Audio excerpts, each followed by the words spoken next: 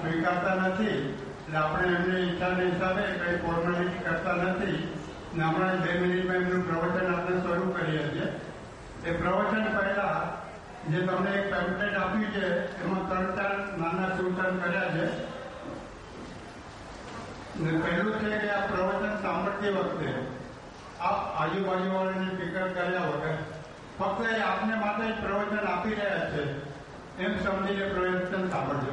બાજુવાળો ઉઠે કે જાય એનાથી ડિસ્ટર્બ થયા વગર 100% આપણે એની સાથે જજો તો આપણે વધુમાં વધુ લાભ થશે. બીજું, એમના કહેવા પ્રમાણે કરોડરજ્જુ સીધી રાખીને બેસવાથી વધુ યાદ રહેશે. એટલે કોશિશ કરજો, એટલે કોન્શિયસ રહેજો કે આપ ચર્ચા બેસીને આ પ્રવચન સાંભળશો. ને સૌથી અગત્યનું, મોબાઈલને 2 કલાકની રજા આપજો. એને રેસ આપજો. બહુ કામ કરીને થાકી ગયો છે, નહીં તો આપનો મોબાઈલ આજુબાજુના 25 જણાને ડિસ્ટર્બ કરશે.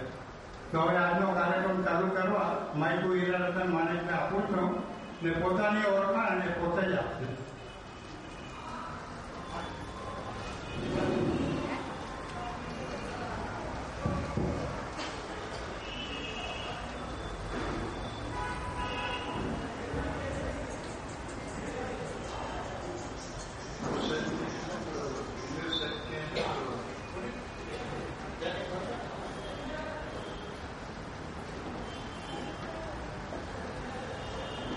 આપ સૌ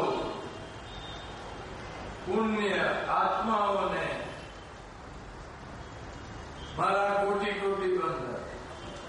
જય જિનેન્દ્ર. આજે આપ સૌના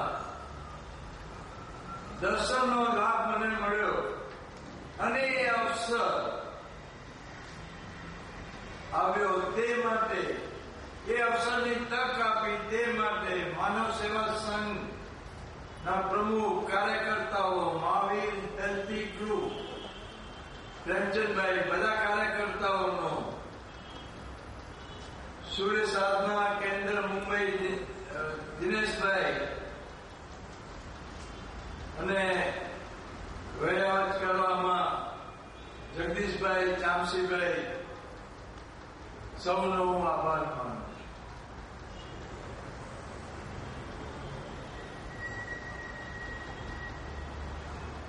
જૈન તરીકે મહાવીરના એક અનુયાયીઓ તરીકે છેલ્લા સેંકડો વર્ષમાં એક સરસ ચૂક આપના સૌથી થઈ ગઈ છે અને એ છે મહાવીરે જે વિજ્ઞાન આપ્યું અને જેના માટે એને 2 સાંકેતિક શબ્દો આપ્યા, આતપ, અતાપના.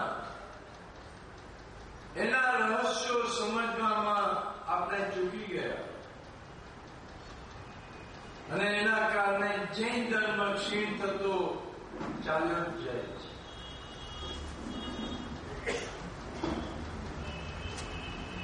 આપણે મહાવીરને જુદી જ રીતે સમજ્યા છે કે ભગવાન મહાવીર ઉગાડે પગે તડકામાં વિહાર કરતા હતા, કાયોત્સર્ગ મુદ્રામાં ઉભા રહેતા હતા. એ સર્વે શરીરને કષ્ટ આપવા માટે હતું અને કષ્ટ આપવાથી સાધના થાય છે. આ એક મોટામાં મોટી ભૂલ. મહાવીરે કહ્યું છે શરીર સાધન છે જેના દ્વારા સાધના શક્ય છે.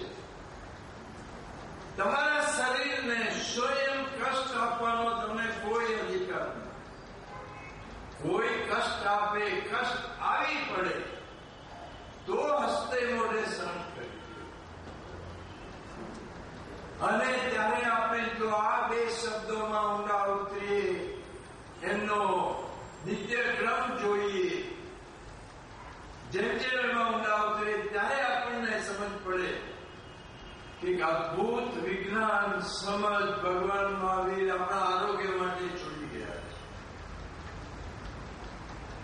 જે ધર્મના મુખ્ય પાયાના બે સિદ્ધાંતો છે, તપ અને ધ્યાન. ધ્યાન આપણે કરી નથી શકતા, જીવનમાં બે ધ્યાન જ હોઈએ છીએ. તપ કરવું છે બધાને, પણ શક્ય નથી બનતું, સહેલું નથી બનતું. ધ્યાન બી સહેલું છે, તપ બી સહેલું છે, જો આપણે મહાવીર ને ખરા અર્થમાં વૈજ્ઞાનિક રીતે અને જે આરોગ્ય માટેના રહસ્યો એમને આપ્યા છે એને સમજી અને આપણા જીવનમાં ઉતારીએ. અને એ સિદ્ધાંતોને આપણે ઉતારશું તો જે આપણો જૈન ધર્મનો મુખ્ય સિદ્ધાંત છે, જેનાથી આપણા પાપ કર્મો અટકે છે, અપરિગ્રહ, એ સ્વયં આપણામાં આવશે તો આપણે બીજા માટે જીવશું, આપણા માટે નહીં. આજે મને આનંદ છે કે અહીંયા એક બેન છે, મંજુલાબેન, એના દર્શનનો મને લાભ મળ્યો છે, બીજા માટે જીવે છે. બીજી ઘણી વ્યક્તિઓ અહીંયા છે. હું એ સૌનો આભાર આ અવસરે માનું. અને આવા સુંદર કાર્યો કરતા રહે. અને જો આપ પ્રયોગ આપ આપના જીવનમાં લઈ આવશો તો આપ બી એવા થઈ શકશો. કોઈ ચીજ જીવનમાં શક્ય નથી. મહાવીર બનવું સહેલું છે જો મહાવીરના રસ્તે આપણે જઈએ. મહાવીરે કહ્યું છે કે મારો પુનર્જન્મ શક્ય છે, એ મહાવીરનો પુનર્જન્મ નહીં.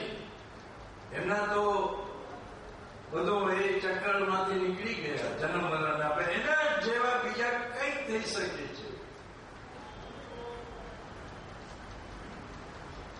અને આજે વિશ્વ બી એ સમજવા લાગ્યું છે કે આતપ અને આતાપના શું.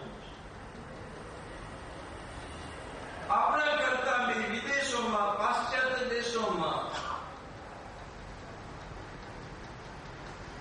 તપ અને ધ્યાન કરવા વાળા સંખ્ય લોકો છે. આપણે બહાર નથી જતા એટલે આપણને એમ જ લાગે છે કે બધું ભારતમાં જ છે. એવું નથી. સેંકડો વર્ષના ઉપવાસ કરનારા, સહજ રીતે પ્રસન્નતાથી લોકો સાઉથ અમેરિકામાં, રશિયામાં ઘણી જગ્યાએ જોવા મળે છે. અને જયારે આપણે એમને પૂછીએ, સમજીએ તો આ એક જ વસ્તુ આવે છે કે આ સૂર્યની ઉર્જાનો કેવી રીતે ઉપયોગ એ લોકો કરે છે. આતપનો અર્થ